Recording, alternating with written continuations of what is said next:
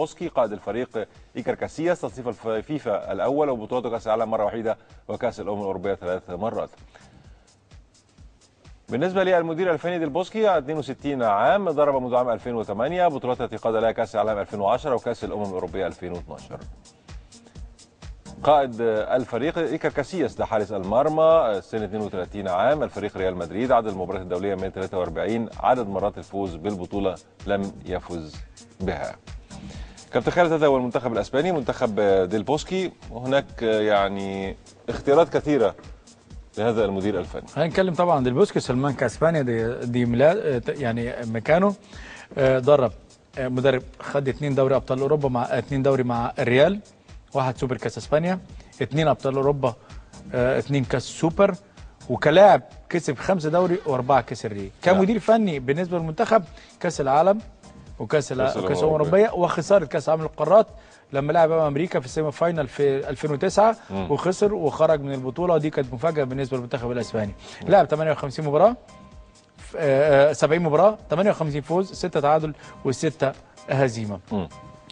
المنتخب ده فيه 13 لعيب موجودين بشكل اساسي مع ديل بوسكي في كل بطولات كاس العالم وكاس الامم الاوروبيه. عشان كده فنيات 5 نجوم في بكل امكانياته، شخصيه 5 نجوم، خبره.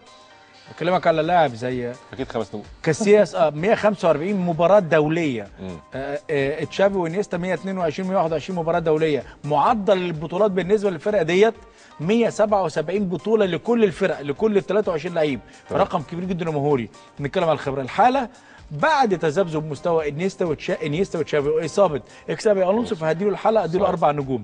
دكه البدلاء برضه 5 نجوم، لان في كل مكان في المنتخب الاسباني حتى لو مستواه قليل جدا هتلاقي في لعيب بديل على امكانيات عاليه جدا. تشكيل المنتخب اتفضل وبعدين نتكلم فيه. تشكيل المنتخب كاسياس طبعا هو التشكيل متغير كثيرا كابتن خالد. كاسياس في حراسه المرمى، هو رباعي اربيلوا وراموس وبيكي، واخيرا البا، بوسكوتس وخافير مارتينيز، خوزيز نافاز وسيلفا وماتا وتوريس. يعني هيبقى فيها تعديل، يعني عكس اللي انا حاطه. انا حاطط اسبليكويتا كمدافع ايمن، وانا في رايي ان هو ممكن يكون افضل بكتير جدا من اربيلوا.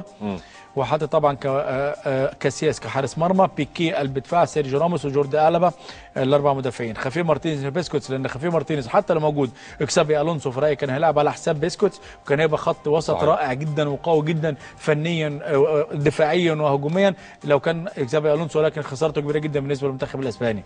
دافيد سيلفا ناحيه اليمين، تشافي في القلب، وانيستا ناحيه الشمال، وقدامه فرناندو توريز. ده في رايي التشكيل الاقرب والاوقع بالنسبه لفينسنتو ديل بوسكي، خاصه انت بتتكلم على اول مباراه في مجموعه، في مجموعتين منهم 3 مباريات وانت توصل سيمي فاينال، فانت محتاج على الاقل تكسب ال3 بونت الاولانيين تضمن ان انت متاهل للسيمي فاينال عشان تفكر في الفاينال بعد كده بالنسبه لمنتخب اسبانيا ويحقق لقب غالي بالنسبه له.